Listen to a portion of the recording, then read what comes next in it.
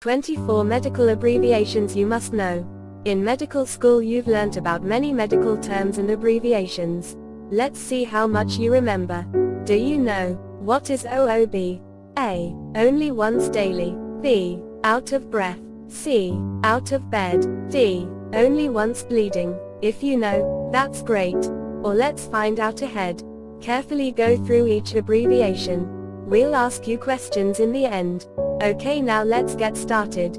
BID means twice a day. BMP means basic metabolic panel. CPR means cardiopulmonary resuscitation. HTN means hypertension. HPI means history of patient illness. IV means intravenous. Next is FX. It means fracture. HS means at bedtime. WLN means within normal limits. SS means signs and symptoms. RT means related to. PC means after meals. Next is AC. It means before meals. HX means history. HA means headache. HOB means head of bed. GTT means drops. DX means diagnosis. Next is NS. It means normal saline. QID means 4 times a day. Q2H means every 2 hours.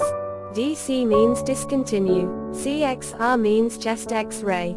DVT means deep vein thrombosis. Now you are going to answer these questions.